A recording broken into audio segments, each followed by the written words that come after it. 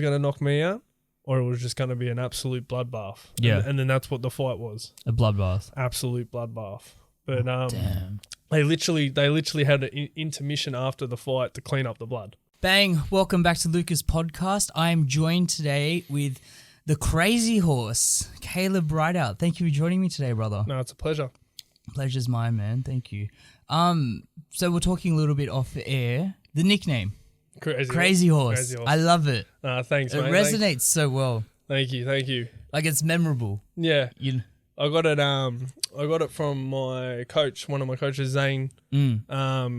Started similar. I got it from a fighter like Charles Krazy Horse Bennett. Yeah. I don't know if you heard of him. But yeah, just how he fought and all that, and then crazy, like his crazy style and all that, and my crazy lifestyle and all that type of stuff. Sort of, hence the name. Would you consider yourself like a crazy fighter? I would think I'm more unpredictable, right? As when I fight, probably because tell you a secret, like I don't even know what I'm gonna do. I'm just gonna do random shit.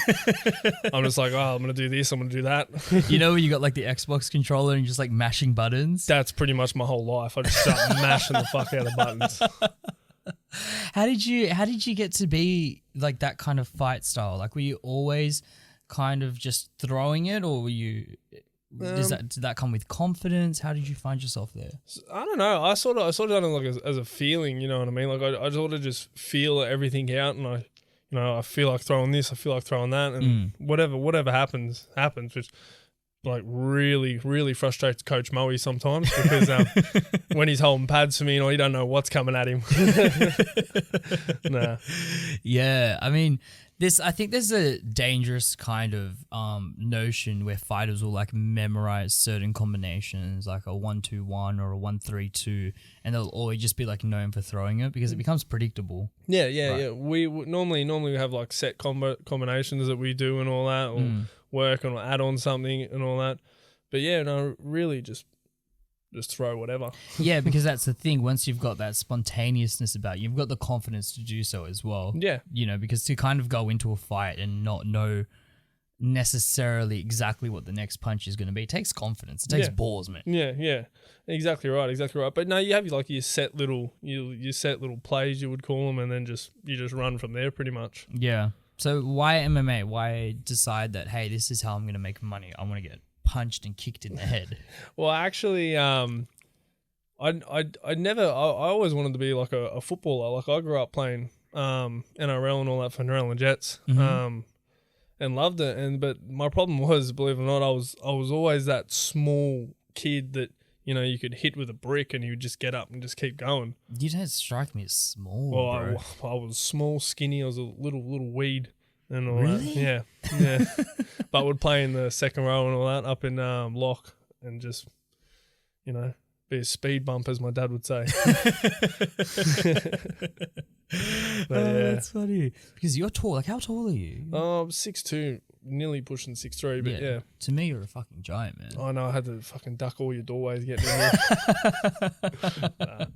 No, but yeah, I wanted to play football, cricket, and all that type of stuff. But I started training mixed martial arts in the off season of football just to get bigger for the. So how old were you at the time? I was probably 17. Okay, and I wanted to get big for the under 18s in football, but just found a passion for fighting. I felt like I was told I was the perfect body type for fighting, and then one thing led to another. I was actually good at fighting, and and then I was like, well, let's pursue this, and here I am now. I'm 5-2 as a pro. I don't think people really appreciate how much length and reach advantage really gives you in fighting.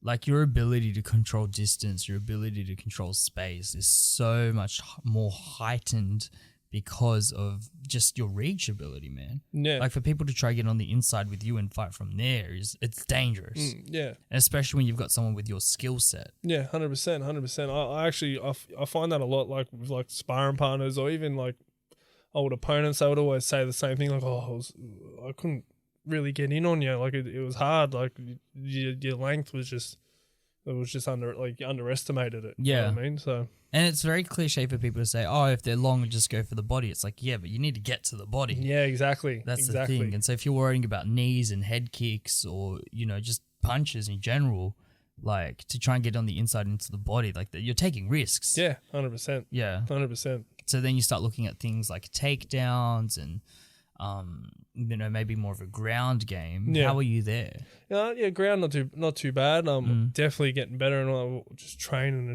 flat out. Because I imagine that's not like your primary discipline. Oh, not really. Like I when I first started in MMA, I would like to try and keep the fight standing just for entertainment reasons. Yeah. And I didn't mind a good brawl here and there. Yeah. But now as the years have come by, like I realize you like one of my losses was because of the ground. So all right, I need to get better on the ground. So as you say, the discipline I train now my ground game is. Yeah, pretty good at the moment. Not good enough for my coach, Zane, but no, I'm joking. But yeah, no, I'm very happy with it and where I'm at and how I've developed the ground into my style. A lot of people really haven't seen it yet, really seen my new ground game because I'm always tried to keep the fight standing and all that, just for entertainment. And that probably works to your advantage anyways because people go, oh, I'm going to take him down. And then they get you down and go, oh shit, he's actually good here. Yeah. Well, I've worked a lot on my my wrestling, my cage control, wall work, all that type of stuff. Is just through the roof at the moment. So I'm very happy with all that. And is stuff. that through the same gym? Yeah. I do all my training at Triple X Fight Academy and all that, and then do a little bit here and there at Gracie Smeet and Grange. But I try and stick to Triple X as much as I can. Yeah, because they're more primarily known for striking. Am I correct? Our gym, no, like we have really good like wrestling teachers like Zane and Aiden. Like their knowledge that they've accumulated over the years is incredible. Like, and we just get looked at strikers because we all like to bang and throw hands. So yeah, and I think. Once you've got a mentor or a coach that really has developed like that wealth of knowledge and they can draw from past experiences and watching a lot of tape and being in a lot of scraps and a lot of fights, it's almost like a cheat code. Yeah. Because you get all of their experience but compressed. Yeah, exactly. Like our coaches have done it all pretty much. Like Zane went into the Ultimate Fighter and all that and done that.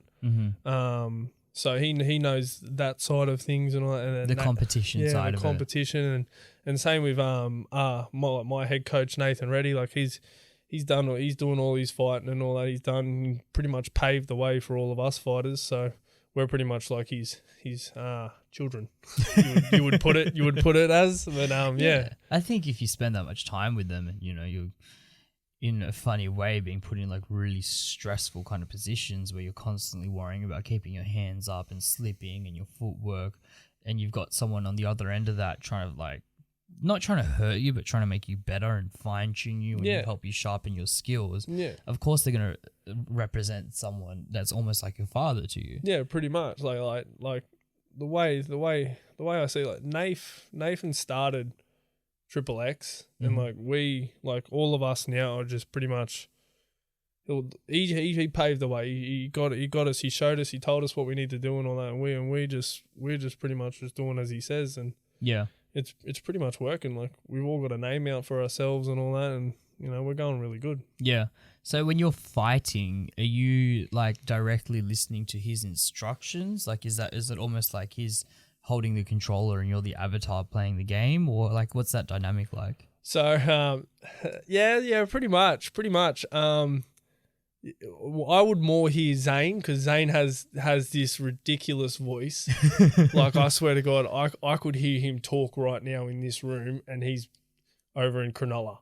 You know what I mean? I'm not even joking, and everyone knows that too.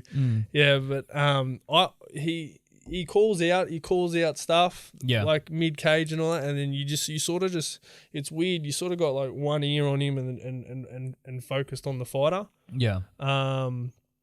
But yeah, no, you can hear him very well. Because I don't think people appreciate it enough. Like, you're almost running two codes at the same time. Like, you're running all the information that your coach and all the people in your corner are giving you, but at the same time, everything that you can download from your opponent, and you're using that to kind of calculate what the next move is. Yeah. And then you've got someone like you who just comes in here and goes, I don't know what's happening next. We'll just see what happens. Well, that's pretty much it. We just wing everything pretty much. Pretty much. We have like our set little game plans. Oh, do this, do that, but nah. Like set combinations? No, just like set plans, like what's it like striking and all that. If it's not working, we're going to try wrestling into the jiu-jitsu, looking for, ground and pound finishes and all that. Mm-hmm. But yeah, no, I sort of just go, yeah, fuck it, I'm going to do this. Yeah. You know what I mean? So. And I think you do need like a kind of attitude that will like accept that, that like not everything, because MMA is such a weird sport, man. Well, it's not controlled. No, yeah, exactly right. It's like my last fight. I had a bit of a plan. I had a game plan, but that all went out the window. Like the first 30 seconds when my opponent took out my leg, like he like kicked my leg. Do we have footage of that? He like the first exchanges and all that, he was just kicking my leg. The first kick of that fight, he hit my leg and I just felt tingles go straight down my leg. Whereabouts on your leg? Just above the knee, above the knee there. And it sucked. Yeah, like it sucked. And then that threw the game plan right out the window. And then I was like, you have to adjust, move, and what are we going to do from here? And it's hard to think on your feet like that, but it ended up doing what I needed to do and getting that win. So what was that transition for you then when you've like lost your leg essentially? Well, was it your lead leg that went out? Yeah, it was my lead left leg, and kudos to him. Like when you see someone injured, like in the fight, you just attack that. You're smart. You just attack.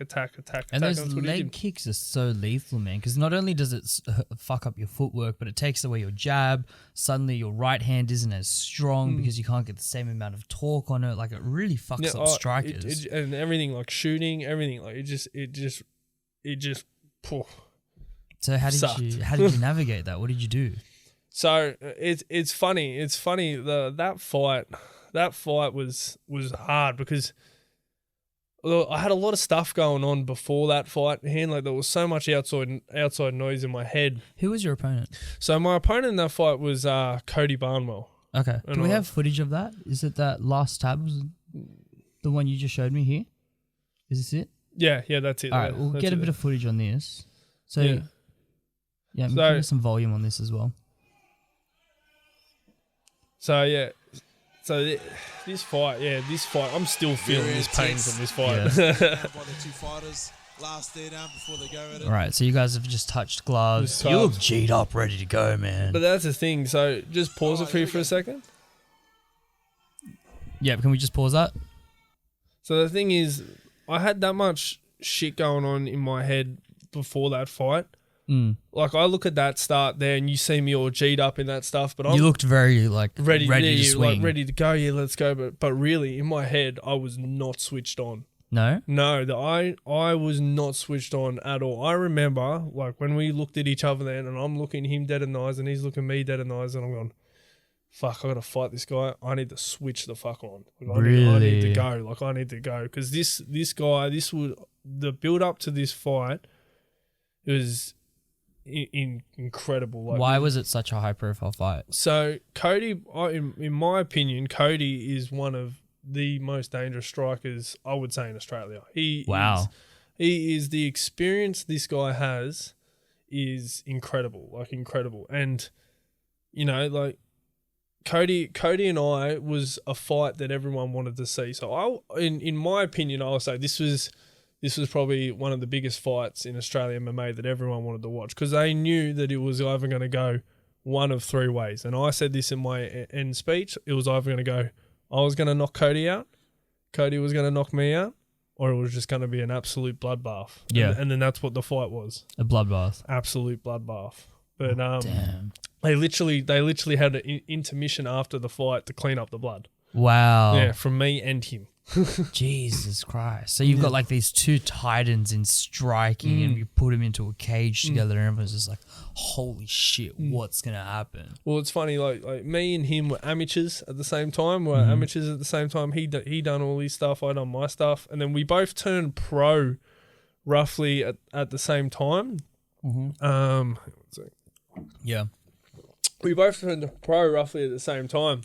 And every gym I went to, I don't know about him, but every gym I went to, all I heard was, Kaleb, when are you going to fight? When are you going to fight Cody? When are you going to fight Cody? This is the fight. We want to see that fight. And I was like, I'll fight him whenever. Like, it doesn't bother me. Like, I'll fight anyone anytime. And I love that fighters are like that. Everyone I talk to, they're just like, oh yeah, I'll fight him. Yeah. Let's go. I was fine. So a few things happened and all that. Like, we were supposed to fight on a couple different shows. It never happened. And then COVID hit and all that type of stuff. And then, it just got squashed for a bit there. And then I started fighting, and then we booked it in for June, to make it happen. But funny thing, so I actually, end of last year, about end of last year, I went down and done some sparring at another gym, and Cody was there. Yeah. So obviously me and him were sparring, you know what I mean? So this is beforehand. Yeah. And Cody gave me an actual, like, he touched me up a bit. It was pretty like, wow, you know what I mean? Like, he gave me a little bit of a flogging. So the build up to this fight, like in my head, I'm like, I've already sparred this guy and he's flogged me, and I don't know what's going to happen in a cage, you know what I mean? Yeah, so there was that added pressure. Of course, and when you're at the top of your game, which it sounds like you were at this point in time, and then to go up against someone who's obviously got a reputation, who's obviously got experience, and then to kind of go into sparring with him, which would have been interesting to see, and to get touched up, you're like, oh fuck, just it's a big reality check. Yeah, and I remember like weeks before, like, talking to my missus and all that about it, and she was getting nervous and I was getting nervous and all that, but sorry. Sorry about that. Yeah, it was just a massive build up to this fight. So yeah. And so you said that you had some stuff going on. Do you feel like sharing a bit about that? No, it was real personal stuff that was going on at the time and all that, but it was just all compiling on me at once, and then it just, I felt like I wasn't getting as much out of my training. A lot was happening. So and then to have this fight in like one of the probably the biggest fights in my career. Yeah. To have this fight, it was a lot. You know what I mean? But, so I fought Cody, I reckon, at my absolute worst. Damn. All right, let's press play. I want to see how this goes.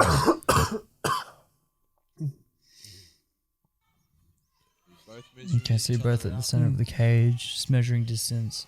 So see that kick? Can you pause and rewind that, please? Was that the leg kick you're talking about? That was the leg kick. That leg kick there. And put that on the slowest playback speed possible, please. That was nasty. Yeah, mate. I felt that. Yeah, I felt that. I'm sitting here. So it would have just been around here. You can see he folds my leg. Yeah, your knee almost gave in. Oh my God.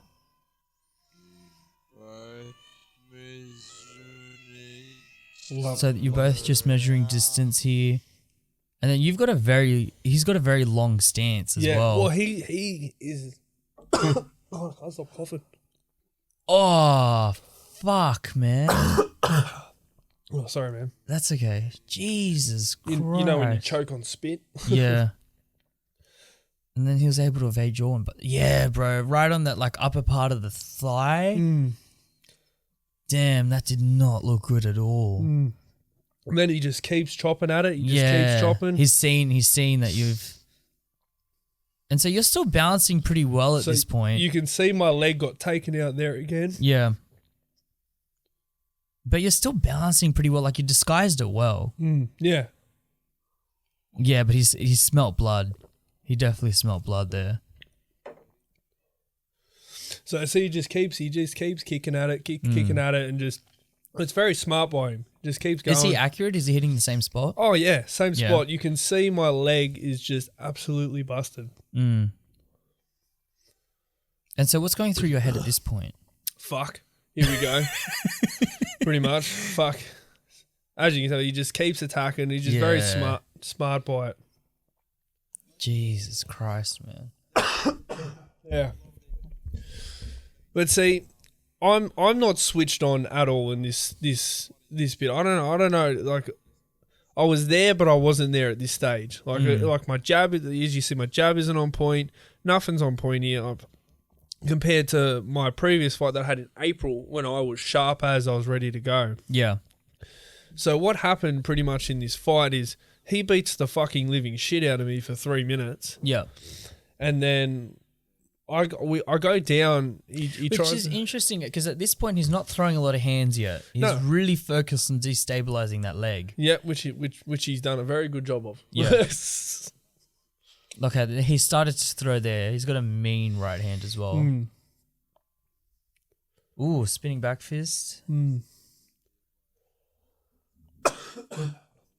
Yeah.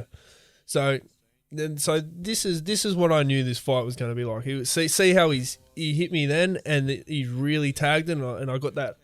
Yeah. Got that step back, and you just keep. This is as a fighter. This is what you train to do. You train to find the weakness, and you just attack it. And so, do you have any answers to this leg kick right now? Right now, nothing. Nothing. Just eat them. Just eating them. I said so. My legs was fucked here. So as I went for a rookie move. Like looking back at this fight, like it was a rookie move, and I went for the shot to try and get him down and like. But as you see, it's just a shit. It was just a shit shot. Yeah. So like, and you just rushed it, kind of thing. Yeah. Well, I'm hurt. Like you can see my left leg there, all the swelling in my leg already. And then straight away. So you can see I'm like fucking Karate Kid on that, just bouncing on that. I need a Mr. Miyagi doll. Yeah. Yeah, so you're just hitting for those takedowns kind of things. All right, we might jump forward a little bit, see if we can get to the second round now. No, so what I want to so just skip forward a little bit. So what happened was, so he beat the shit out of me, and I got at the start. Yeah.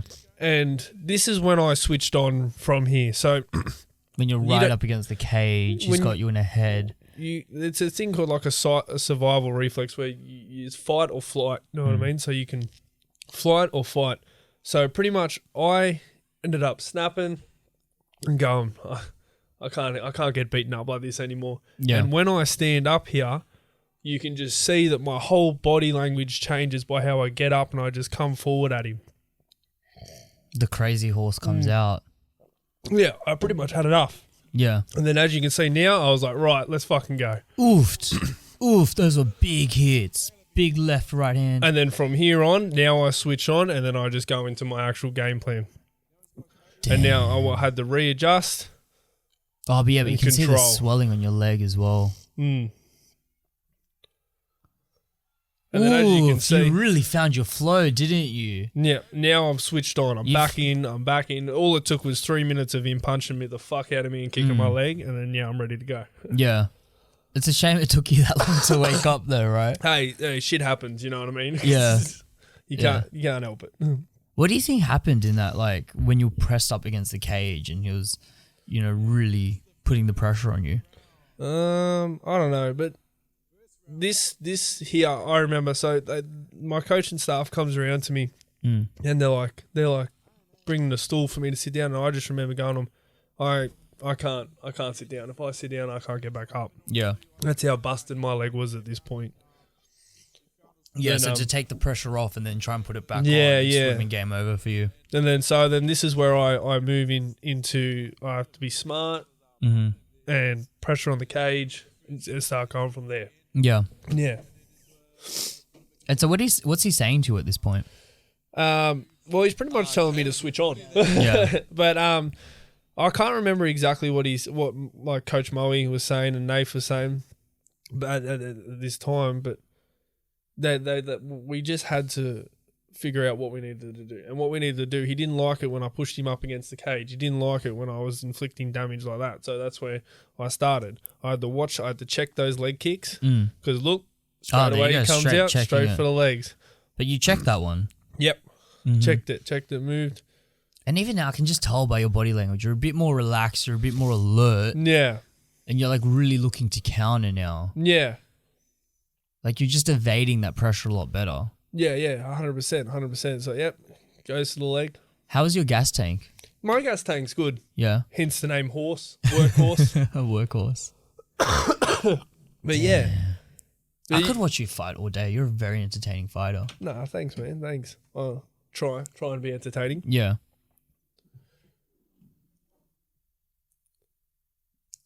Damn. Yeah. You love that spinning back fist, don't you? Yeah, well, it's what I could do at that stage because I had to let him take my leg, so I'd just spin around and hoping to catch him on the way in. Right. Because it is quite an inefficient punch, that back fist. You have to be very, very snappy with it. Yeah. It's predictable. It's readable. Yeah. But yeah, no. So I've split him up here on the lip. Yeah, he's bleeding now. But you can see the swelling on my left leg there. Like you can see how bruised it is. I could not walk on my leg for a couple of days after that.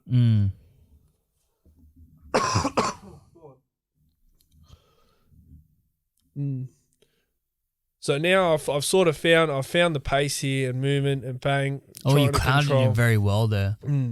But Cody, kudos to him. He's one hell of a fighter, and going into that fight, he gave me everything that I expected. Ooh, that was a heavy punch. Yeah. Jesus Christ. So it's funny. So my legs that fucked up in that fight. When I hit him with that punch, normally you'd sit back and strike there, but the pressure on that leg just collapsed, and that's when I just wrapped him up. Yeah. Nice takedown. No, thank you. Been practicing that one. But yeah, so and then this is the plan now. So if I pinned him up here and done enough work here, that would get me the win for the fight. Yeah. Inflict damage as much as I could. And just like disable him. Yeah, pretty much. Because in the striking sense, he was beating me. He was literally fucking my leg up. So yeah. Oh God. That is, yeah, I can see you're just trying to stay safe now. You've got him wrapped up. There's probably like a minute left on the clock or something. Yeah, and going for the foot stomps and all that, just to stop the legs kicks as much as I can. Yeah. Are those legal, those foot stomps? I always see them being done. Yeah. They're legal? Yeah. Yeah. But see, I'm just trying to work his legs over a bit there, just to give me a break. Yeah. And you can deliver so much more force with the knee as well because you don't have nerve endings on it. So it's just like you can just deliver more impact into the back of that leg. Knees and elbows, everything. Yeah. Even the palm, man. Like the palm, you can punch so much harder just with the palm of your hand as opposed to your knuckles. It's just not as efficient. But you can deliver so much more force with your elbows and knees. Oh yeah, I've got a very notorious spinning back elbow knockout. Yeah. Let's pull that one up. But yeah. So the fight is just pretty much it just goes into my favor like that. Just the cage, and then just going from there. Yeah. And so that final round, did it go to decision or was there? So it went into decision, yes, and then I ended up winning via unanimous decision. So, which is really good. And the best thing about that fight too, I got a B shirt made up, and I signed it, and I only got one of them made up. And after that fight, I got the mic, and I actually auctioned off that shirt. It was a one-off signed Krazy Horse shirt. And after one of the biggest fights of your career. Biggest fights of my career. And I ended up raising $3,000 for the Leukemia Foundation for that shirt. Beautiful. Someone bought it for $3,000 that night. And ended up donating all that money and all that. So, Yeah, it was A lot of good came out of that fight, a huh? lot of good came out of that fight. Have you spoken to what was your opponent's name? Cody? Have you spoken to Cody since? I haven't. I spoke to him that night, and then I messaged him and all that, and he was in the hospital for getting stitches in his lip. I haven't spoken to him since, but I hear he's doing good down the grapevine. So yeah. Yeah, I imagine there would be a lot of respect shared between the two of you. Yeah, well, that's it. That at the end of the day, that's what fighting's about. You know, what I mean? We fight, shake hands. Yeah, that's it. It's a sport. It's a business. So yeah. But it's just you're really struggling with that cough. Oh no, I've got like a fucking tickle in my throat. Do you need water? Yeah, I'll grab some water. Is that alright? Get some water. No. Oh, Sian, whoever's there, could you just bring us some water? It's fucking a little tickle in my throat. It's ridiculous. Yeah, is it stuck there? Yeah. Yeah, happens. There's a cup here. Thanks, bro. Legend. But so he's a great guy. Like he's a great guy. Talked to him a bit. Just the fight, all done. And I think there's that tension before the fight where you see a lot of like the trash. I don't know if you're big on the trash talking game. You don't strike me as the kind of guy that's really into it. No, I mean I like fucking around and having a joke. Yeah. But I mean, if someone started trash talking me, I'd have fun with it. You'd have to slip and counter. Yeah, of course. Why not? Of course I'd jump in it, but I don't find the need to trash talk. I rather have a joke, have a laugh, sell it like that. But no, trash talking isn't for me. But if I have to go there, I will, and I've got some cannons lined up. So. I bet you fucking do. Yeah. But no, the point I was trying to make across is that I think before the fight, there's that build up of tension and animosity because, like, you're both putting your lives at risk to step into that cage. Thanks, bro. Cheers, bro. You're both stepped into that pressure cooker situation. You're both cutting weight. Your last final weeks of camp, so you really have to like push that intensity level. And then after the fight, it's almost like this release of pressure. It's like, okay, the outcome's decided, it's been done. Yeah, pretty much. But yeah, I don't really cut weight anymore. I used to cut weight, but I don't cut that much weight anymore. You don't have to cut? No, see, I went up a weight. I used to fight at lightweight. In my amateur career, and then I had one fight as a pro as a lightweight and lost. And I just couldn't do the cut anymore. I was cutting like 11, 12 kilos. Jesus. And I've got nothing on me as it is, and it was just too much. So I ended up making the move to move up a weight to 74, 77. And then that's probably like the smartest thing I've ever done, because ever since I went to 74, 77, I started knocking out people and like getting my power and all that, and actually finding myself as a fighter. Yeah, I think the lighter you go, the kind of faster and nippier you have to be. But if you can find that kind of like equilibrium between speed and strength, especially in a fight, because it's not just striking. You've got to worry about your jiu-jitsu. You've got to worry about your takedown defense. You've got to worry about, the clinch. Yeah. So you've got all these elements to it. And if you're just cutting weight to be as light as possible, like, firstly, it's very dangerous. Oh, yeah. It's very dangerous. I remember sometimes, coming out of the sauna, I'd be absolutely smashed. Yeah. What's going through your head, like, as you're in the... Well, because you're doing, 4 or 5 hours in the sauna and sweating it out like crazy? Yeah, I done about like a week. I used to go after... I would go after work, I'd go in the sauna, cut as much as I could, go back to work the next day in sauna and do that repeat just to get me down to 70 kilos. So you'd sauna, go to work. Yeah. And you said you were a carpenter, right? Yeah, I was a plasterer at that stage. Sorry. Yeah, plasterer at that stage. The labor-intensive work. Oh, it was ridiculous. It was ridiculous. But, you had to do what you got to do. And I was only amateur back then, so... Yeah. Yeah, so it was hard, but I'd always made weight, so... Yeah. Where do you think you developed that discipline, man? Because, like, if you asked me to jump in a sauna and sweat it out and then go, plaster for 8 to 10 hours and then go to the gym and train and then hit the sauna again, like, that's a very disciplined mindset. It's not even discipline. Yeah, it's discipline, but I would think it's more on a respect based, if that makes sense. because your opponent's cutting weight too, and you've both agreed to fight at 70 kilos. Mm-hmm. So it's the respect of actually making the weight. Holy fuck, you fight at 70 kilos. Yeah, that's the respect to get there for your opponent. You know, that's how I always looked at it. You know, I didn't want to weigh over because I felt like it would be rude. You know, like I felt like it'd be rude. So yeah. Well, because that extra 2 or 3 kilos, whatever it is such a huge advantage come fight day. Well, I've had a fighter come up. So I had a fighter. We agreed at 74 kilos, and he actually come in at 78. Whoa! To fight me down in Hex in Melbourne. Mm-hmm. But yeah, then you get the choice whether you wanted to fight or not, and I was like, I'll fight you. It doesn't bother me. But 4 kilos, man, that's a lot of weight. Like, it doesn't sound like much, but in a fight, 4 kilos is it's a lot of weight to miss. It's never really weight's never really bothered me, if that makes sense. Like I look at, like, you look at the gladiators back in the ancient days. Like these are guys size of me fighting monsters like Hercules size. Like there was no weights back then. They would just fight because they'd fight. So that's how I've always looked at it. Like weight doesn't bother. Even when I spar, like I don't know, I'll spar with the heavyweights. I'll spar with the light heavyweights. I'll spar with the featherweights. It does just moving around. Like you can get a lot. So in that sense, weight's never really been an issue for me. Right. So for you, it was more so just a respect kind of thing. Like we agreed to do this at this way. Yeah. But obviously, if someone come in something ridiculous, you know, if we agreed to fight at 70 and someone coming at 84, you know what I mean? Like, there's no way in hell. There's absolutely no way in hell.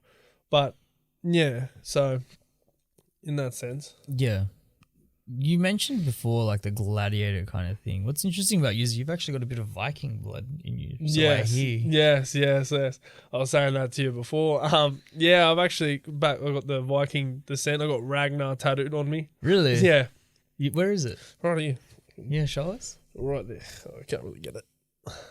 I have to get the shirt off. Oh, that's dope. Yeah. So that's fucking cool. I mean, any reason to lift my shirt up for the camera. I mean, you just, you know. You got to let him know, right? Yeah, no. But I got that tattoo. But I'm from Viking descent. Yeah. That type of stuff. There's Vikings that just built different, man. Yeah, man. Like you see there's strongman competitions, and you see like they're just pulling buses, and it's throwing ridiculous. axes. They're ridiculous. Yeah, it doesn't even make sense, some of the stuff they can do. My old man had a little joke for me. He used to say I'd be the toothpick that the Vikings used. I was like, thanks, Dad. Yeah, pretty much. But yeah. Is he like built really like Viking-y? You would say he would be. But, yeah. I'm bigger than him. Well, you watch. I'm assuming he watches you fight now. Yeah, he watches me. He's come to every single fight. He missed one. He went over to New Zealand to watch my brother play Union over there. But other than that, your whole family's athletes, huh? Yeah, pretty much. So I'm pretty much the fighter, and then my brother is like the football star. He's like 16. Oh damn! Yeah, but he's actually starting. He's starting to box now, and he's done a bit of training over the time. He's actually. If you scroll down a little bit there, yeah, let's pull it up. You wouldn't believe it. This kid is bigger than me. Where is it? Keep going down. Keep going down. Keep going down. So see that photo of me in the green shorts? Yep, that one there. That is my little brother, believe it or not, and he is bigger than me. Jesus Christ. Yeah, he's going to be a weapon. That must be that Viking DNA, huh? He's going to be a weapon when he's when he really hooks into his body. Are you gonna take him under your wing? I mean, I'll try, but he won't do that. No, he actually, I've got him to walk out. He walks out with me now to my last 2 fights. So and he's going to walk out with me in every fight. That must be such a cool experience for him. Well, yeah, he loves it. So in one of my fights down in Melbourne, I sort of like, I needed him in my corner. So he was there and I was down there and I was very nervous. I was nervous for this fight. Why were you nervous? So this guy that I was fighting, his name was David Thomas, and he this guy who's supposed to be this really good fighter down in Melbourne. Heard a lot of stories, and you know, we get down there, and I was in the back hitting, and I was just sort of not feeling it, like sort of oh, I need something to pump me up here, and like I'm looking at my coaches, and they normally pump me up, and I could see even in their eyes they were a little bit nervous for this fight, and so I was like, oh, was it just because of the nature of the event? Was it because of the opponent? well, this opponent was deadly because this opponent is we felt like he was gonna try and take me down to the ground and try and submit me and all that, and like my jiu-jitsu is really good, but this guy is like a black belt, like this and that, Right. like he's like the shit, you know what I mean? Goes down there and trains with like Jimmy Crute and all that. So like they were nervous, you know, and when I seen they're nervous in the face, I was like, fuck, you know what I mean? Like, okay, here we go, you know what I mean? I need something to pump me up here, you know what I mean? I can't really just bang a bloody Red Bull. Yeah. So I went out, and then I seen my brother there, and he was like, oh, harden the fuck up, you know what I mean? Like, as younger brothers do. Yeah. And I said, right, you're coming with me. And I ended up grabbing him, chucking him in the back of me, and then I was good. Every time, like, I felt like I was a little bit nervous. So that little bit of emotional connection just brought me back. So, and then I went out there and I ended up knocking him out in the second round. Damn. No, that fight was intense because we went out. So he ended up, because he's a Melbourne original and I'm from Sydney. So already that matchup is nice. Yeah, Melbourne, pretty Sydney much. It's like, hostility. it's good. It's good. It's always been good like that. So we're down there, and he walks out first, and the crowd erupts. This guy, believe it or not, has sold the whole place out. Really? I mean, it sold out. It was loud. How many people do you think? Oh, 300-400. Like, he sold it. Like, I mean, I can still hear them chanting his name and all. Still this day, it was actually incredible. Yeah. And when there's that like electric energy in the air and people are just all on that same, like there's something that happens in big crowds, right? Yeah. You know, it can be as small as 20 people, it can be as big as 400, 4,000. It doesn't really matter. There's something about like when everyone's synergized in the same kind of way, like. You know, you'd see it with McGregor, the way he'd just like create this electric ambience of people. Well, that's the best way I could probably explain it to the listeners, that it was sort of like that vibe. Like, he packed it. It was loud. It was scary. It was good. And when and then I was next to walk out, and as I'm walking out, I couldn't even hear my song. They were that loud, just cheering his name. And some of them were on the side heckling me and all that. And then I actually started firing up, and I was just like, well, you guys aren't going to be in there with him. It's just going to be me and him. So we go out there, and then in the first round, I started feeling him out. And he couldn't really match my striking in a sense. I don't know why. In the first round, he started to like... Well, because you said he was a jiu-jitsu guy. Yeah, but his striking was good. Can we pull up the fight? What was his name? Thomas David. I think I've got it there actually. Yeah. One of the earlier tabs. Is this it? So this is the highlights. So this guy, he was the same size. We'll just play the highlights so people can get a sense of it. Go back a little bit. Yeah, just around there. Yeah, that's fine. So this would have been what, the second round, do you think? This here? Yeah. Yeah, so this is the first round. Yeah. So here this is the end where he pins, hits me, and I actually, boom. Ooh. Yeah. That was mean. But you see me get up and shush the crowd, and then I'm into the crowd there. It was just one of those environments where like the whole crowd was just giving it to you, like absolutely giving it to you. Fuck, bro, but that spinning elbow. Yeah, right on the button. He's all cut up afterwards as well. You can tell. Damn, dude. Yeah, but he was a really good guy too. Hex do really good productions. Hex is really good. They're really good. Their production team, kudos. Yeah, but like when I got up at the end there and I done the shush and all that to the crowd and all that, because it was funny because they were so loud. They were so loud. They were so into me. They were just like a whole fight. And then as soon as I got up and as soon as I done that and got up and shushed them, there was just silence. Yeah. Silence. And then I was up on the cage just yelling, Sydney, Sydney. Just being a little smart ass. So, yeah.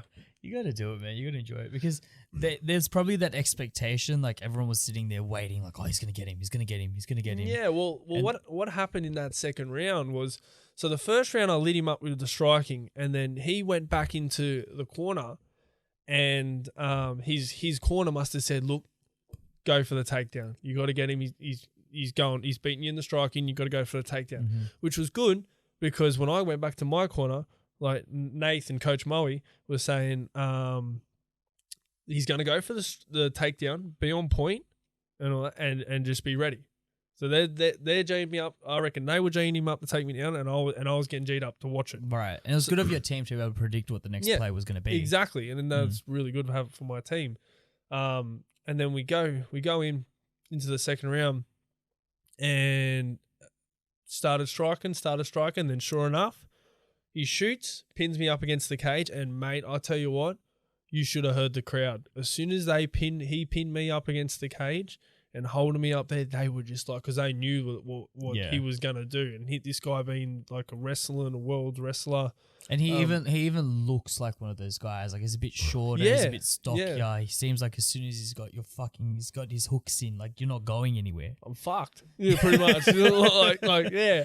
So yeah, he pinned me up, and the whole crowd was just. I still remember the feeling in my gut, like just from the loudness of the crowd just roaring, and he grabbed my leg and pins me, takes me to the ground, and I stand back up, and as soon as I break and come out, that's when that happened. So yeah. Yeah. So it would have been a very sweet victory for you. Yeah, it was a really good victory. I needed that. I needed that victory, because I was just coming off another victory from the start of the year. Because I ended up having three back-to-back pro fights in under 6 months at the start of this year before COVID, and I was going to have probably one or two more, but COVID hit and we went into lockdown, and then couldn't really do much. Were you able to stay active during lockdown? Like, how were you keeping sharp? How were you training? Through COVID, it was so hard to train. So I really just took a break. Like I just hanged out with the missus. She taught me how to ride horses. Oh, really? Yeah. So she's into that like outback kind of stuff. Yeah, she's actually like, in my opinion, one of the best dressage horse riders out there, just saying. But so she showed me a few things, and it was good. I got to relax, and so you guys must have your own horses then, I assume. She's got her own horses and all that. I mean, takes care of them. Oh, she loves it. Yeah, you love to see it. But so that's what I did over COVID. Like I sort of just relaxed the body, because I just had 3 massive fights in 6 months, and in 6 months. So I had one in February, April, June, and then COVID hit. So you're pretty much getting out of one and going straight back into camp almost. Yeah, I was because I was so worried with COVID that I couldn't get my fights, and then all I want to do is get into UFC. So I was just booking them in left, right, and center. I was like, I'll take this one, I'll take this one, I'll take this one. But what about the toll on your body? Well, yeah. That's after this June fight. My coaching staff wanted me to have a rest, and I'll have a rest, but I was just like, let's go again. but then COVID hit, so it was like, fuck. It's probably well earned as well. Yeah, and that were 3 like difficult fights. Like my first fight I had in February, and that was 1 rounder. I knocked him out with a knee, and then with a knee, yeah, just bloody kneed him in the head from clinch. So we have anything here? Is it on your feed? No, it's not on my feed. I sent it. I think I sent it. Yeah. No, can you pull up the one that's just outside of the internet browser? Do you remember the one I showed you before? Yeah, that one there. Oh, this is under UFN. So this is on UFN on Subin. Big shout out to UFN. Oh, it's a bit blurry, but it's alright. We'll take it. We'll get what we're giving you. Exactly. But yeah, I come in, boom. Oh, Jesus Christ. Can you rewind that, please? Ooh. Holy shit, man. Your flexibility is actually quite impressive. Oh, thanks, man. Thanks. Yeah. Look, I'm pretty flexible. I can get those hard to reach places. Yeah. But I wouldn't expect to throw a knee from there. Like, so tight in the clinch. Jesus Christ. So that fight, that was my first fight back from my loss. So I had a loss at the first COVID when it first hit. Yeah. And I sort of like reinvented my image pretty much. Like before my loss, I was just known as a brawler, like a striker. Just that was it. And that's all I was known as. The Krazy Horse. The Krazy Horse, pretty much. Yeah. But then I went into COVID and I actually started properly practicing my mixed martial arts and trying to mix all my skills together. And then that first fight back to loss, everything's going on, and I'm just like, I really needed that win. Like, I really needed the win, and then I got that win. Then I went to April to Hex, and I got that win, and then I went to June and got that win, thank God. And these were all, were those amateur fights or pro fights? These are all pro fights. Okay. These are all pro fights. How does the jump go from amateur to pro then? What's that process look like? Pretty much a bit of paperwork. But Really? yeah. Pretty much a bit of paperwork on combat sports. Mm-hmm. But you wanna get as much amateur fights in as you can. Just for experience, getting the cage time. Like I counted up all my time in the cage. I've done just over 2 hours of actual fight time in the cage. Fuck. From all my fights. Yeah. Because a lot of my fights went the distance as an amateur because I cut all my amateur fights were at 70. So and one fight was at Which 60. is nuts. Like, I look at you, bro. I can't imagine you getting down to 70. Like, I'm 70. Oh, and mate. you're significantly taller than me. Yeah. It was absolute hell. Like absolute hell. But that's why all my fights were pretty much like garbage because like my power, everything I trained through for in my camp was all gone. Like I'm losing so much weight.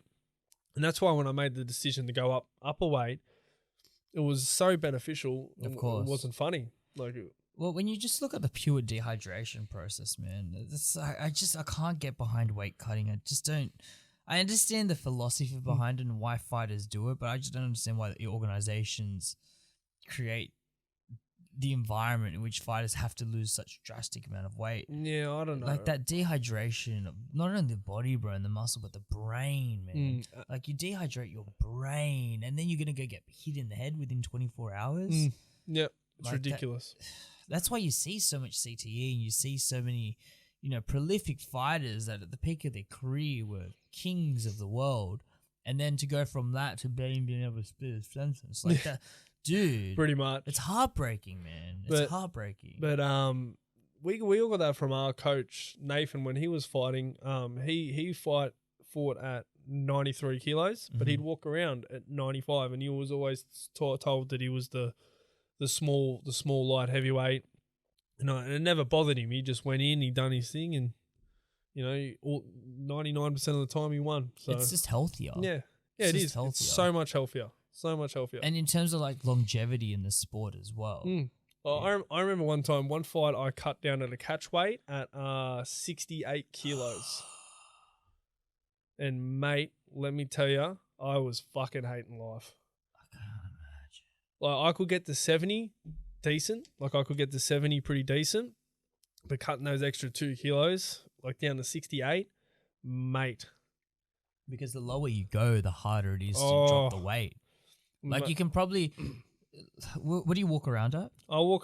Back then I was walking around about 81. Yeah, so you could probably drop to 75 with ease. Yeah, easy. I can do that now. Yeah. Like, now I'm sitting at about 83, 84, and I can cut down. I cut down to 77 pretty easy. Yeah, and so but to go from let's say 75 to even 70, that last 5 kgs becomes significantly harder. Oh, it's ridiculous. And then every kilogram after that is just getting harder and harder and harder to lose. I still remember going down from 70 trying to get to 68. I sat in the sauna and I come out and I lost like 300, 400 grams. And I was just defeated.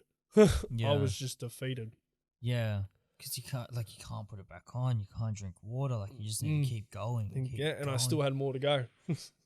That's always fun when you jump on the scales, and a lot of fighters know this, and you still got like 2 kilos to go, and you're just like, fucking hell, let's go. What's left? Let's go. I think there's a photo on my Instagram of me at 68 kilos. Yeah, let's pull where is that it? up. You got to go back to the Google page, brother. But where is it? So scroll right down. Where is it? Keep going. Keep going. Oh, fuck, I posted some shit now. I'm looking at this. All right, so stop there. So see that photo in the middle with the 2 bald guys, which is one of them's me? You were bald. Yeah. Interesting. I know, I was at a change. That's me. It's 68 kilos there. You're on the left-hand side, yeah. No, I don't look. I couldn't grow a beard like that back then. But yeah. Jesus, bro. Zoom in on that. There's nothing on me. That's me. 60. I could not even lift my arms. That's how depleted I was. I can't zoom in. Sorry. Okay, that's fine. Yeah, just your leg mass, man, is completely gone. I mean, with all due respect, you do have pretty thin legs as it is. No, thank you. But there, bro, it's like drastic. Yeah, no, that was absolute hell. It's like there's not much left on you, man. Yeah. Fucking hell. But yeah, that was fun, and then I ended up fighting him. That was a good fight. I ended up winning on decision again. How much are you putting back on after the cut? So Suman actually, for his fights, he had these people coming in, and they would weigh us. They'd get the results from our weighing, and then they weigh us on the next day and what we could put on. So it was really interesting, and they did all their studies and all that type of stuff. But I went from about 70 kilos, and I could get back to about 78, 79 that next much? day. Yeah. Mostly just water, I assume. Yeah, just water, and then by the time you ate and everything like that, and then the breakfast the next day, the lunch. Yeah. You just constantly just rehydrating, and yeah, you'd have to. I could get up like really fast. I imagine that diet the next day is just like a lot of high water, like fruit and watermelon, like meats, pasta. Pasta. I used to like my chicken on the night, and then like have my meats. Yeah. So that's what I used to like. Yeah. Talk to me about fighting demons. What's going on there? Fighting demons. Yeah. So fighting demons is a little documentary my training partner / sparring partner / one of my closest mates, Lockie Deadshot did. Mm-hmm. It's a little doco on him and his like amateur title fight that was going on the same night I fought Cody Barnwell in June. Mm-hmm. And it followed him around and then showed Lockie like what he's training, all the training's like for a fighter. It's very, very interesting. And I have a little segue in it because I'm obviously fighting and being his training partner in it. And yeah, that comes out actually December 10th. That comes out. And December 10th. And so the documentary is just mainly showing like his story and his like process. Or what are we expecting to see here? So what you seen it? So we actually, Lockie and I got the private screening. We actually watched it the other day. Oh, awesome! It's actually unreal. Yeah, like how they filmed it, and like it's full professional. Do you mind if we pull up a trailer, maybe? Yeah, definitely. They're on YouTube. Mm-hmm. Just fighting demons. Yeah, and yeah, like how they've done it is it's incredible, and like kudos to Lockie because he is an absolute weapon. And the storytelling facilities that we have now with things like YouTube and Instagram and the way we're able to share so much of our styles and it's opened up so widely is really given a platform to, amateur fighters, even or professional fighters, to really just share their story and their experience because everyone's kind of curious. Everyone kind of wants to know. Yeah. It happens to all of us when we're scrolling on our Instagram feed and you see like a UFC post or like a you know, even just a street fight. Like, do you Yeah. remember back in the day when? Oh, mate, I'm still bloody having a look at the street Yeah. fights. Do you remember back in the day when World Star would put up like street Oh, fights? I love World Star. if you can't find it, old World Star was great. go on to you can go on Instagram if you want.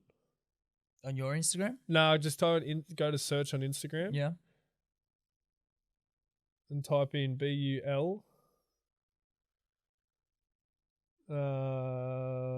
film FIL. Type in film. That is some dope art. That's from Joanna, who was just on. I've got it right here. Where is it? It's just here.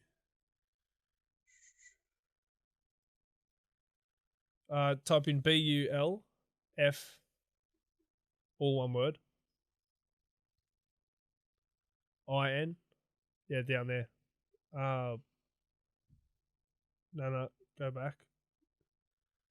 BUL. So that one there, pull that one there. Beautiful. Bingo. And then there's all your trailers and all that type of stuff. Beautiful. Of Let's us. just pull one of those up. It's on Vimeo? Yep, Vimeo. Beautiful. Okay, well, you've put up a photo. Thanks, champion. Good job. Give us some volume, please. And we'll go full screen on that. So this is Lachlan Deadshot Stint. And you guys train and... Oh, mate, we do everything together. Yeah, brothers. I always Pretty much visualise, brothers. like, myself walking in the arena or walking out, getting the Vaseline or walking in that cage. You know, the lights are on you, calling your name. Just preparation. Damn. So when I'm there, it's nothing new. It's just I'm in the zone. I'm in control. And as you said, it's a story. Yeah. Story.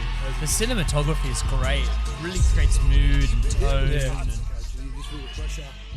You just want him to perform. And that's the legendary Coach Moe. Coach Moe. He's in my cage. I'm the king. This is probably the best I've ever felt, honestly. Fitness-wise, skill-wise, I'm just ready to go. I love this, man. This is great. Yeah, this it's is great unreal. production. Mate, we've watched it. It is incredible. It is something different. December 10th. Is there a paywall behind it? Do we have to pay for it? There is. I think it's like $10. Oh, But it's mate, worth it's it. worth 10 every bucks, cent. yeah. I'll buy that for sure. Hey, it's worth every cent. I can't feel my legs. And this is what it is. Like, it's about the training. It's about Yeah. the fight. The shit we do for the actual fight. I could see someone like Netflix picking this up. You know, assuming, sorry, I've forgotten his name. Pardon me. Lachlan, Deadshot. Lachlan, yeah. Assuming Lachlan like can kind of continue the progression of his career, like Netflix would see that and go, hey, like let's shoot something together, Yeah. because they're always looking for fight content. In particular, they love it. Well, let me tell you about Lockie. He is unreal. Like he is one of the most greatest bloody sparring partners I've ever had. Mm-hmm. He's just a phenomenal fighter. Yeah. Like the stuff he has done in the cage is incredible. He made my amateur career like laughable. My amateur career was just bloodbaths and brawls and fights. Yeah. And Lachlan walks out and then the fight's over in a second, just knocks him out. Absolutely cold. Absolutely cold. He actually had a really, really good knockout. What was he primarily, like a striker? Yeah, he was a striker. Yeah. He was a striker, but he sat around. He was smart too. He didn't cut down too much. He went to Yeah, do you want to top up? Yeah, bloody oath. he went down to 74, 77. He would fight around that, Yeah.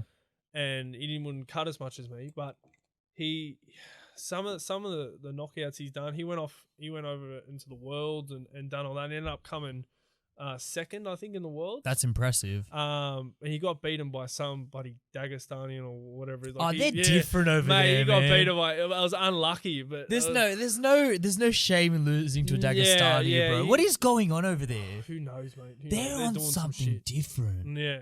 They've got Yeah. something in that ice cold Russian water that is just building these men that cannot be stopped. Yeah. It's actually ridiculous. It's good. It's so good.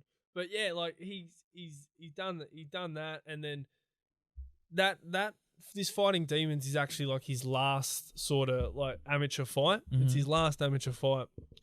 because no one in amateur, every time we offer it, he got offered a fight, and they just knock it back because no one wants to fight him because he's just dropping bodies. No one wants the L on their record. Yeah. So now that's why he's made the transition now to go pro, which is very smart by him, and of course, and he's going to, as Coach Moe says, make some waves in this MMA scene. Yeah, and a couple of pros are probably watching him come up and go, "Oh, like if I put him in his place, like it'll make myself look good." Yeah, and so he'll have plenty of competition to come after. Yeah, like he's gonna go insane. Like he's been one of my main sparring partners now for ages, since he's been at the gym. Since he's been in the gym, he's always been there. He's always helped me out through all my fights.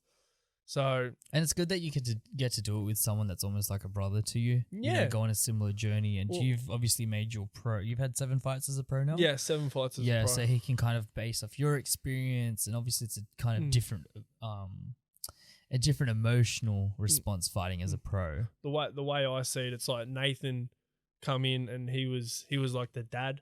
You come in at our gym as the dad, and I'm like the eldest child, and then Lachlan's the middle, and then we got all these young kids now coming up too. You got young kids coming up as well. Oh, mate. Yeah. Oh, let me tell you about these kids down at Triple X are they're phenomenal. Like, they are built different. Like, honestly, we have so that right now it's Lachlan and I and like Aiden and there's a couple other fighters like Mossy, and like we're just doing our thing. But in the coming years, we have these kids that come to that 15, 16, 17, and they are tagging me. They are tagging Lockie. Wow. They are tagging us.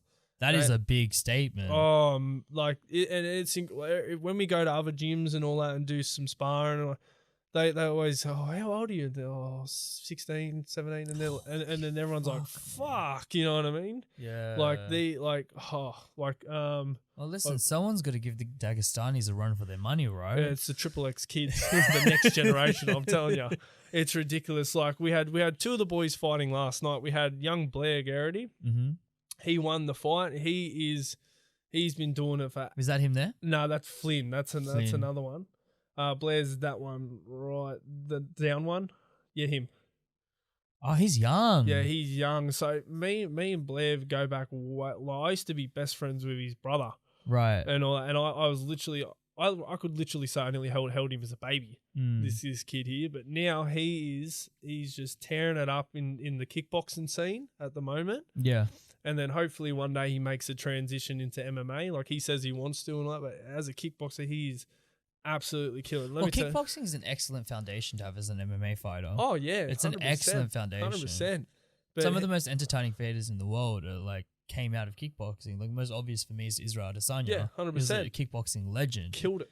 And Absolutely you watch him fight now, and it's just like you could watch him all day. Yeah, you could watch him all day. Oh, 100%. Absolutely. He actually fought on Hex.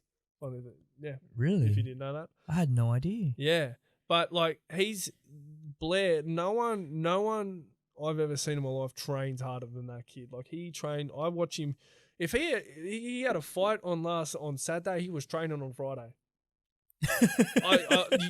I'm not even fucking joking, and it would not surprise me if his old man made him go for a run in the morning. Like, honestly, I think I was actually supposed to give him a PT Saturday morning, and I was just like, because I had the Comic-Con, so I had to cancel it. But his old man was like, he's still right, like, he's fighting that night. So yeah, fuck. Yeah, man. No, he's good. But who else we got here? Go down. Let's go back to Flynn, because you said he fought last night as well. and Flynn, let me tell you, this kid.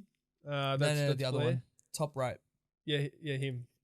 This kid is gonna be a weapon. He had, honestly, he is trash talk. He's everything. He's got. Yeah, mate. Like, honestly, love that. He fought up at Beast this year. The start of this year, and he went in there, and he's just like a future Conor McGregor.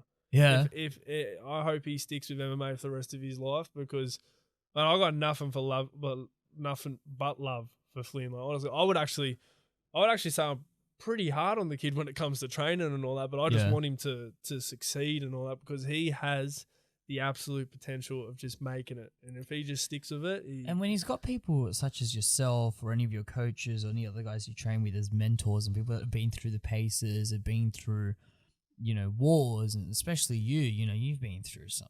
But just from the couple clips we've watched today, you've seen some fucking wars, man. Yeah, I've done some shit. Yeah. And so to kind of go and build from your experience and all the learning blocks that you leave behind, I mean, it just means the kids grow at an exponential rate that, you know, unfortunately you can't match because they've got a head start on all the experience that you have. And so you get to see these kids develop and grow and become hopefully one day superstars. I hope so. And there's no doubt in my mind that all of them in that photo right here that you got up right now, there is no doubt in my mind that if these kids all dedicate the rest of their lives in it, they will make absolute scenes. Like that kid at the end there. Yeah. Adam. Yeah. I swear to God, that kid came out of the womb and fucking head kicked the doctor. Like, I'm not even fucking joking. He came out, he done some spinning bullshit and just fucking knocked out the doctor. He's been doing, he's honestly been fighting, I swear to God, since birth. Like he's been training and all that. He's like, it's like his first words was fight. Yeah. Like, I'm not even joking. And he goes unreal, sparring, like all He's these getting kids. Kimuras in the umbilical cord. All these kids here in this photo spar me, believe it or not. That's actually insane. And they do damage to me, which is I don't really want to admit, let alone get recorded to. But they do damage. They clip it, post it everywhere. Oh, fuck, I'll send it to each one of the kids. Like even little Aiden in the middle there. Yeah. He turned 18 yesterday. I think and look how small he is. He's tiny. Yeah. But he's ripped. But he's ripped. Ripped. but he's a weapon. Like he is a weapon. He trains hard. He fights hard. Like he and another thing, what I'd say about Aiden is his ability to actually mix up all the styles in one and properly use MMA. Yeah. It is absolutely incredible. And so with the prospects, because now that you are a professional fighter and you're kind of leading this new wave of kids into amateur and eventually professional boxing, what avenues do you have, and also what do they have to getting into something like the UFC? Well, that's what sort of like, so Nathan sort of paved the way for me into these circuits and all. Unfortunately, he didn't get picked up by UFC, which sucked and all that. But he always said, I don't know, he opened up the gym and he started fighting, and he just wanted to build Triple X. That was his end goal, and he done that. He built Triple X. Yeah. Lachlan and I like coming up now behind him, and like we're trying to get UFC. Like we're doing everything. Like you sit here now and ask me what's the end goal, and I'll say, I want to be UFC world champion. Wow. That's the end goal. That is the end goal. Same with Lachlan. If Lachlan was sitting where I'm sitting right now, he would say the exact same thing. I want to be UFC world champion. And so how do you make that jump from where you are now to maybe not even world champion, but just like getting onto one of these cards? Mate, we just keep fighting and we just keep winning. And that's all we got to keep doing at the moment. Like you're gonna get a little bit of an exclusive right now. Yeah, go for it. Lachlan and we have just signed with Eternal, which is up in Queensland. So we're going to be fighting on there for a couple shows. So, and hopefully like that gets us into UFC. So we're going to pump that shit up and just over That's the awesome, socials. Man. Congratulations. Nah, thanks, man. Thanks. That's awesome. So we're gonna make a statement next time we go up into Eternal. Who knows? We might see you on one of the cards. No, mate. I mean, I've seen you training with the likes of even Rob Whittaker at some stages. You know? Yeah. Those are always good connections to have. But how did the Rob Whittaker relationship come about? So Rob has a gym in Smeaton Grange. Oh, Gracie. really? Yeah, Gracie. Oh, Gracie is Rob Whittaker's. No, it's Alex's. But Rob trains there and all that, does the stuff with a few other Jacob and Sione and Izzy, like all these other fighters and all that are trained there too. And we sort of Nathan's friends with Alex, and they got us a gig to come start sparring down there.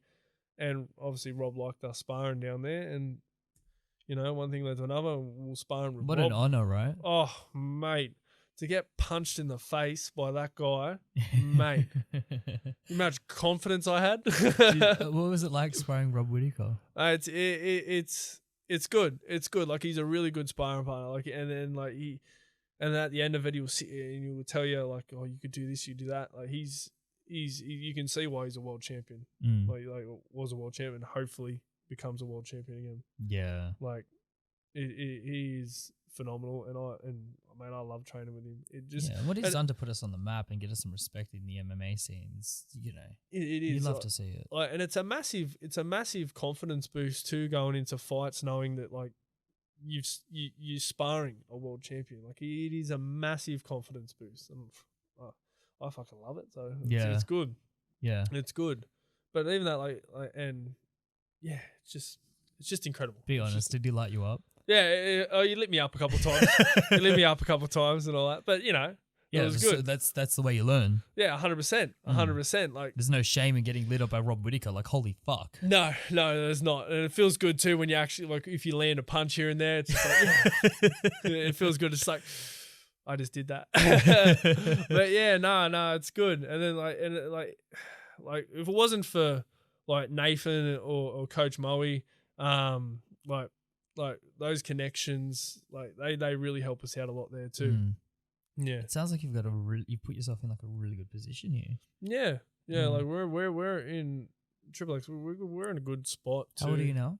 24. Ah, so you got time. I'm fucking old. You're not I'm old. I wake up in the morning, my back's sore. Yeah, that's because you get punched in the head. Yeah, no. Yeah. It's not because you're old. Yeah. Nah. No, but in an MMA career, you still got 10 years, man. No, I know. I just like saying I'm old. Getting old.